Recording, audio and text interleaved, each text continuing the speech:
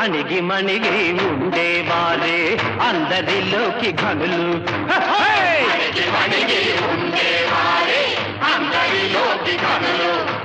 దొడ్డమానులను కూల్చు తుఫాను గడ్డి పరకను కదల్చగలదా? చిన్న చీమలకు చక్కెర దొరకను గొప్ప మనిషికి ఉప్పే కరువు. అణకువ కోరేతు కారాముని మనసే దేవుని మందిరము. అణిగి మణిగి ఉండేవారే అందరిలోకి ఘనులు.